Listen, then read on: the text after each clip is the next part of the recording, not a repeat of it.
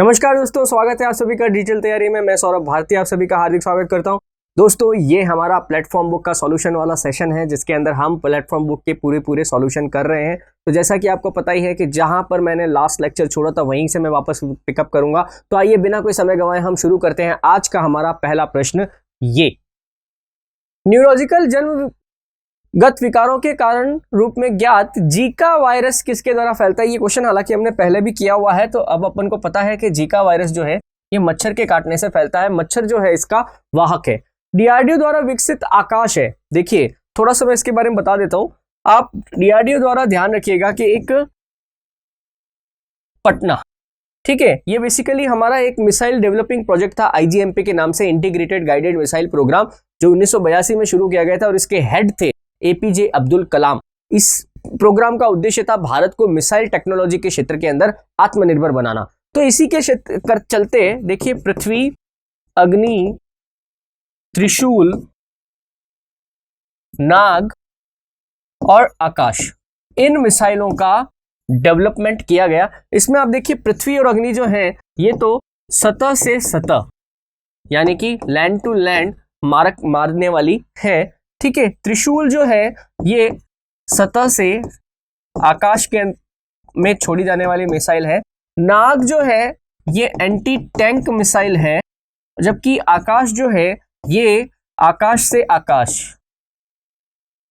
Air to air, बात समझ रहे हैं, आकाश से आकाश मतलब ऊपर ही प्लेन से दागी जा लेने वाली मिसाइल है। या फिर आकाश का जो लेटेस्ट वर्जन है वो एंटी मिसाइल पर है, यानी कि कोई मिसाइल जो जा रही है उसको आकाश के अंदर ही नष्ट कर किया जा सकता है इससे। तो देखिए, सतह से हवा में, सतह से सतह पर, हवा से सतह में मार करने वाली मिसाइल प्रणाली जो है ये कौन सी है, ये आपकी कौन सी है, आकाश प्रणाली है, ठीक है, ओके। हालांकि देखो, सतह से हवा या हवा से सतह और हवा से हवा दोनों ठीक है, इसमें इसके हिसाब से अपन इसका सी आंसर लेंगे, ठीक है।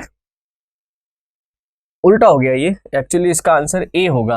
ए सॉरी माफ कीजिएगा, इसका आंसर ए होगा। सतह से हवा में मार करने वाली मिसाइल जो है वो आकाश प्रणाली है। त्रिशूल भी हालांकि किसी के काम में आता है, बट त्रिशूल की रेंज कम है। सूर्य के अध्ययन के लिए इसरो द्वारा, तो देखो ये बड़ा फेमस सवाल है कि सूर्य के अध्ययन के लिए आदित्य जो है, ये अंतरिक्ष यान जो है ये छोड़ा गया है कहां पर, अब तो छोड़ दिया है इसको सूर्य के अध्ययन के लिए इसरो द्वारा। स्वतंत्रता पूर्व भारत में राष्ट्रीय कांग्रेस की पहली महिला अध्यक्ष बनी थी 1917 के अंदर, श्रीमती एनी बेसेंट। ग्लूकोमीटर जो है ये क्या करता है, तो देखो, ग्लूकोमीटर एक चिकित्सकीय उपकरण है। इसका उपयोग हवा में ऑक्सीजन के स्तर को नापने के लिए किया जाता है। इसका उपयोग नाइट्रोजन के स्तर को नापने के लिए किया जाता है। तो देखिए, ग्लूकोमीटर जो है यह एक चिकित्सकीय उपकरण है, आपको पता ही होगा। ग्लूकोमीटर का जो उपयोग किया जाता है यह ब्लड के अंदर जो शुगर होती है ना, उसका पता लगाने के लिए किया जाता है। फिर देखिए नेक्स्ट, 2005 में संसद में पेश किया गया जीएसटी विधेयक है। वित्तीय विधेयक, आर्थिक विधेयक, संविधान संशोधन विधेयक, एक साधारण विधेयक है। देखो, इसको वैसे तो जीएसटी को जो आगे पेश किया गया था ना, वो एक धन विधेयक के रूप में किया गया था। किसके रूप में, एक धन विधेयक के रूप में। फिर क्योंकि उसके ऊपर फिर सारे अधिकार लोकसभा के पास सुरक्षित थे, ठीक है, तो इसको अपन इसमें लेंगे एक सी। संविधान संशोधन विधेयक भी है, ठीक है। हालांकि एक धन विधेयक वित्तीय विभाग का भाग भी होता है, परंतु अपन इस क्वेश्चन के हिसाब से इसका आंसर यहाँ पे लेंगे कि यह एक संविधान संशोधक विधेयक था।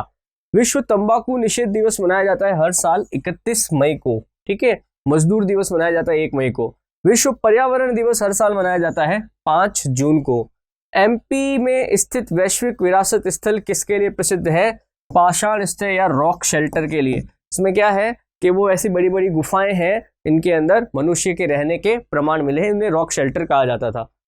मंगल ऑर्बिटर मिशन, मंगलयान को किस वर्ष प्रक्षेपित किया गया।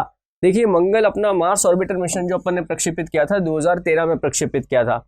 कौन सी गैस रंगहीन है पर गंधहीन नहीं है, नाइट्रोजन, क्लोरीन, हाइड्रोजन और ऑक्सीजन।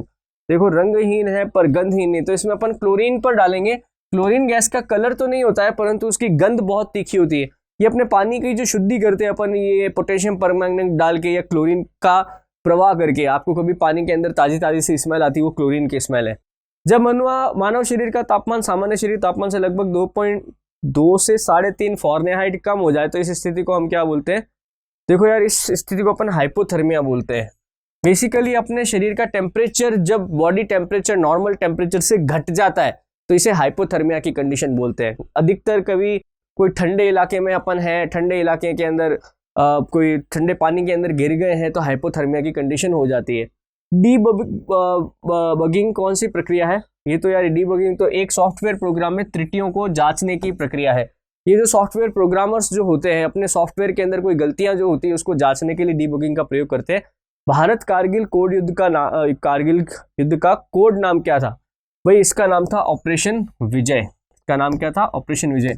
1999 के अंदर हमने युद्ध लड़ा था, है ना, सियाचिन ग्लेशियर पे युद्ध लड़ा गया था। ये सियाचिन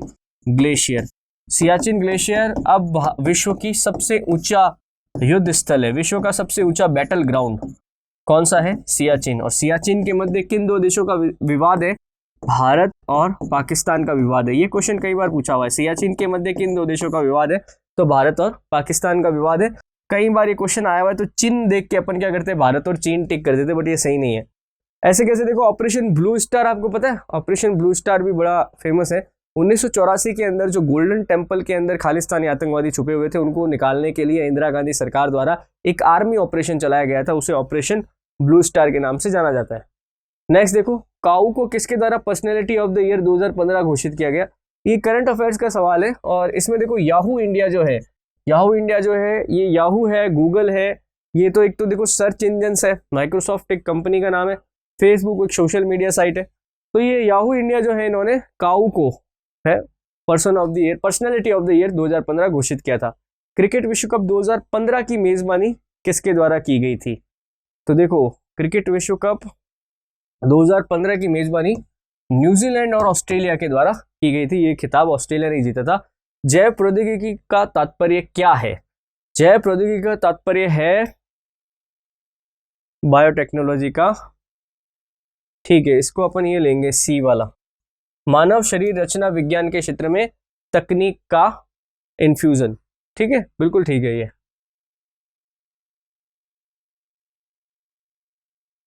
नेक्स्ट देखो, यह कथन कि मानव के लिए छोटा सा कदम मानवता के लिए बड़ी छलांग, और ये बड़ा फेमस है, ये कथन है नील आर्मस्ट्रांग का। नील आर्मस्ट्रांग वो पहले व्यक्ति जो 1969 के अंदर चंद्रमा पर पहला इन्होंने कदम रखा था। इनके बाद जो चंद्रमा पर उतरे थे, इनके साथी थे, पीछे ही थे, उनका नाम था बज एल्ड्रिन। उनका नाम क्या था? Buzz Aldrin. तो जब नील आर्मस्ट्रांग वहां पहुंचे और उनसे वो जो टेलीफोनिक कॉन्वर्सेशन किया गया, तब उन्होंने ये लाइन बोली थी कि that's one small step for man, one giant leap for mankind। निम्नलिखित एजेंटों में से कौन सा पेयजल की शुद्धिकरण के लिए अच्छा है? देखो इसके अंदर अपन लेंगे उत्प्रेरक, अपचायक, स्टरलाइजिंग, ऑक्सीडाइजिंग। बिल्कुल ऑक्सीडाइजिंग बिल्कुल सही है। देखो ऑक्सीडाइजिंग यानी ऑक्सीकरण का मतलब है कि जब किसी एटम के अंदर ऑक्सीजन के अणु आकर जुड़ते हैं और हाइड्रोजन के अलग होते हैं तो इसको अपन ऑक्सीडाइजिंग कहते हैं। तो ऑक्सीडाइजिंग करना यानी कि आप देखो तो एक होता है वो आपका कैल्शियम क्लोराइड है, या उनका प्रयोग करके आप पानी की शुद्धि कर सकते हो, पोटेशियम परमैंगनेट डाल के पानी की शुद्धि कर सकते हो। ये सभी ऑक्सीडाइजिंग एजेंट है। सूचना का अधिकार आरटीआई अधिनियम ये 2005 में लागू किया था, आरटीआई एक्ट 2005। नेक्स्ट अगला देखते हैं, यूनेस्को का वैश्विक विरासत स्थल विक्टोरिया हॉल। विक्टोरिया हॉल जो देखो ये कोलकाता के अंदर स्थित है, बड़ा फेमस है। बिस्मार्क ऑफ इंडिया किसे कहा जाता है? देखो वल्लभ भाई पटेल। एक एक्चुअली पहले तो बात करो बिस्मार्क कौन है। देखो बिस्मार्क को आयरन मैन ऑफ वर्ल्ड की उपाधि दी गई है। जैसे भारत का आयरन मैन मतलब लोह पुरुष अपन किसको कहते हैं? सरदार वल्लभ भाई पटेल को। बिस्मार्क जो है ये प्रशा जर्मनी का प्रधानमंत्री था, ठीक है, और इसने जर्मनी का एकीकरण करने में बहुत बड़ी भूमिका निभाई थी। इसीलिए जिस किसी भी राष्ट्र के अंदर ऐसा कोई व्यक्ति हुआ है जिसने अपने राष्ट्र के एकीकरण में बहुत महत्वपूर्ण भूमिका निभाई है, तो या तो हम उसे लोह पुरुष कह देते हैं या फिर वहां का बिस्मार्क कह देते हैं। तो हमारे लोह पुरुष कह दीजिए चाहे हमारे देश के बिस्मार्क कह दीजिए, वो सरदार वल्लभ भाई पटेल है, क्योंकि भारत का एकीकरण अगर संभव हो पाया तो वो सरदार पटेल के कारण ही हो पाया। इसके साथ एक क्वेश्चन छोटा सा और है इसमें, जैसे अब मैं आपसे कह दूं कि भारत की लौह महिला कौन सी? लौह महिला। तो देखो लौह महिला हमारी तो भारत की तो है इंदिरा गांधी, जबकि विश्व में अगर ये शब्द आ जाए कि विश्व में लौह महिला की उपाधि किसे मिली हुई है, तो देखिए इसके लिए ब्रिटेन की प्रधानमंत्री रही है मार्गरेट थैचर। ठीक है, जो 90 के दशक में ब्रिटेन की प्रधानमंत्री थी, इनका नाम लेना पड़ेगा। ओके, इन्होंने भी अपने देश के उस काल के अंदर जब देश बड़ा संकट में था, मुसीबत में था, कड़े फैसले लेने से पीछे नहीं हटी, तो इसीलिए इन्हें लौह महिला का खिताब मिला है। ठीक है, भारत सरकार द्वारा रुपए को किस वर्ष में, रुपए का चिन्ह है ना, रुपए का ये चिन्ह किस वर्ष अपनाया गया? तो ये 2010 में भारत सरकार ने अपनाया था। 2015 के अंतर्राष्ट्रीय टेनिस फेडरेशन द्वारा घोषित महिला डबल्स की विश्व चैंपियन कौन है? देखो वैसे तो अब ये क्वेश्चन कुछ काम का नहीं है, तो मेरे ख्याल से इसका आंसर मार्टिना हिंगिस और सानिया मिर्जा है। ठीक है, नेक्स्ट देखते हैं, BIOS का पूरा नाम क्या है? तो देखो BIOS होता है बेसिक इनपुट आउटपुट सिस्टम। ठीक है, बिल्कुल ठीक है, इनपुट आउटपुट सिस्टम। ठीक है, भारत की सबसे लंबी सीमा किस देश के साथ लगती है? तो देखो भारत अपनी सबसे लंबी सीमा जो है बांग्लादेश के साथ बनाता है। बांग्लादेश के साथ लगभग भारत की 4096 किलोमीटर की सीमा है, क्योंकि सबसे छोटी अंतर्राष्ट्रीय सीमा जो भारत बनाता है वो अफगानिस्तान के साथ बनाता है, और अफगानिस्तान के साथ जो हमारी कुल सीमा है वो कितनी, 106 किलोमीटर लंबी है। रूसी सुखोई 24 विमान को 2015 में किसके द्वारा मार गिराया गया था?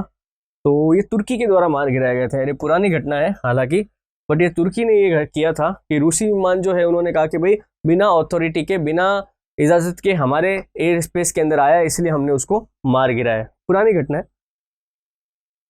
किसी एक नगर में किराना खरीदने के लिए एकमात्र एसटी बाजार ही विकल्प है। खरीदने हेतु स्वस्थ स्थल वो होता है जहां की विशेषता स्पर्धा होती है, ना कि एकाधिकार। ओके, दिए गए विवरणों में से कौन सा सही निष्कर्ष प्राप्त होता है?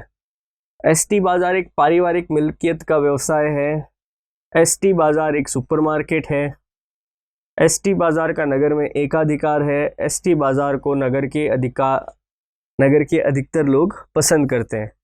देखो यार, इसका सही आंसर होना चाहिए ये सी।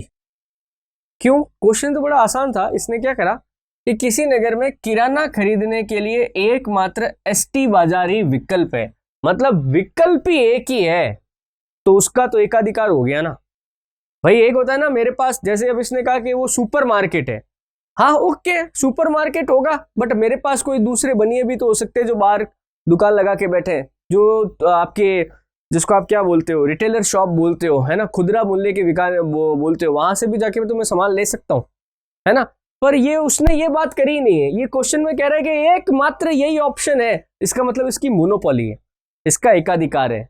इसका मतलब है कि यहाँ पे कोई स्पर्धा नहीं है। जब कभी भी ऐसी स्थिति होती है ना, तो हमेशा जो बायर है, बायर मतलब हम लोग, जो खरीदने वाले लोग हैं, हमको हमेशा घाटा लगेगा।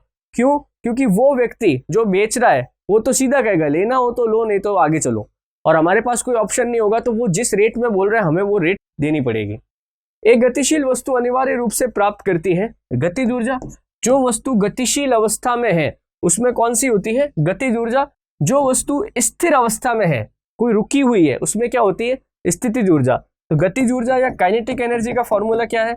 12mv², और स्थितिज ऊर्जा यानी पोटेंशियल एनर्जी का फॉर्मूला क्या है? mgh। ठीक है, अच्छा क्वेश्चन है ये। नेक्स्ट देखते हैं अपन, निम्नलिखित में से कौन सा एक पर्सनल कंप्यूटर में कंप्यूटिंग करता है? CPU, motherboard, RAM, BIOS। तो दोस्तों इसका सही आंसर होगा सीपीयू। बिल्कुल ठीक है यार, सीपीयू तो इसके अंदर सारी कंप्यूटिंग करता है, बाकी मदरबोर्ड, रैम, BIOS ये तो है, ये तो इसके बाकी कंप्यूटर के पार्ट है। निम्नलिखित में से कौन भारत रत्न से सम्मानित नहीं है? भीमसेन जोशी है, AR रहमान नहीं है, लता मंगेशकर को भी भारत रत्न मिल गया, MS सुब्बुलक्ष्मी को भी मिल गया है, AR रहमान को नहीं मिला भाई। AR रहमान नो डाउट बहुत बड़े म्यूजिशियन है, बहुत ही प्रतिष्ठित म्यूजिशियन है, बट इन्हें अभी भी भारत का सर्वोच्च नागरिक सम्मान भारत रत्न नहीं मिला है। निम्नलिखित में से कौन सी एक ग्रीन हाउस गैस नहीं है? ओजोन, नाइट्रस ऑक्साइड, जल वाष्प, हाइड्रोजन। तो नो डाउट इसमें आंसर हाइड्रोजन होगा। ठीक है, हालांकि देखिए मोटे तौर पे देखा जाए तो ओजोन भी एक ग्रीन हाउस गैस के अंदर कंसिडर नहीं की जाती, बट यहाँ पे हाइड्रोजन मोस्ट अप्रोप्रिएट ऑप्शन है, तो अपन हाइड्रोजन को लेंगे। किस वर्ष कैलाश सत्यार्थी और मलाला यूसुफजई को संयुक्त रूप से नोबेल शांति का पुरस्कार दिया गया था? तो ये पुरस्कार दिया गया था 2014 के अंदर। ठीक है, तो भारत के कैलाश सत्यार्थी और मलाला यूसुफजई को ये शांति का पुरस्कार दिया था। कैलाश सत्यार्थी जो है ये अनाथ बच्चे जो है और ह्यूमन ट्रैफिकिंग जो है, मानव तस्करी, इसके खिलाफ इन्होंने मुहिम छेड़ी थी, इसकी वजह से इन्हें जाना जाता है। ऊंचाई पर उड़ते हुए एक विमान के कैबिन के अंदर का दबाव, ऊंचाई पर उड़ रहे हैं तो भाई बाहर की तुलना में अधिक होगा। जब कभी भी आपका प्लेन जैसे जैसे ऊपर जाता है ना, तो आपका एयर प्रेशर जो है, यानी कि वो कॉकपिट के अंदर जहां पर भी आप बैठे हैं, प्लेन के अंदर बैठे हैं, वहां का प्रेशर लगातार इंक्रीज होता है, जबकि बाहर प्रेशर कम हो जाता है। इसीलिए वो सलाह दी जाती है कि वो फाउंटेन पेन वगैरह जो है आप वो दूर रखें, नहीं तो ये इनकी इंक निकल जाएगी पेन की, क्योंकि बाहर आपका हाई प्रेशर होते ही क्या है, सारा चीज गड़बड़ हो जाएगा। सामान्यतः निम्नलिखित में से कौन सा कैंसर का कारण नहीं है? पर्यावरण कारक, आनुवंशिक कारण, आनुवंशिक संशोधन, ट्रांसमिशन। ट्रांसमिशन का मतलब फैलना, ठीक है, ट्रांसमिशन से अन्य कैंसर नहीं हो सकता यार, बाकी हो सकते हैं, पर्यावरण के प्रदूषण से हो सकता है, आनुवंशिक भी हो सकता है, आनुवंशिक संशोधन यानी कि कोई आपका म्यूटेशन हो गया है वो भी हो सकता है, ट्रांसमिशन नहीं हो सकता। ट्रांसमिशन का मतलब संक्रमण से है। भारत के 59वें स्वतंत्रता दिवस समारोह पर मुख्य अतिथि कौन थे? फ्रांस के राष्ट्रपति, चीन के राष्ट्रपति, भूटान के राष्ट्रपति या संयुक्त राज्य अमेरिका के राष्ट्रपति? तो दोस्तों इसका सही आंसर होगा संयुक्त राज्य अमेरिका के राष्ट्रपति। एक्चुअली उस समय जो है, ये 2014 की बात कर रहा है, 14-15 की, उस समय बराक ओबामा अमेरिका के राष्ट्रपति थे, वही आए थे। इस साल जो अपना स्वतंत्रता दिवस गया वो तो कोरोना की भेंट चढ़ गया, मतलब 15 अगस्त 2020 को। इस साल किसी भी राष्ट्राध्यक्ष को इस समारोह में, स्वतंत्रता दिवस समारोह में आमंत्रित नहीं किया गया था। चलो नेक्स्ट देखते हैं।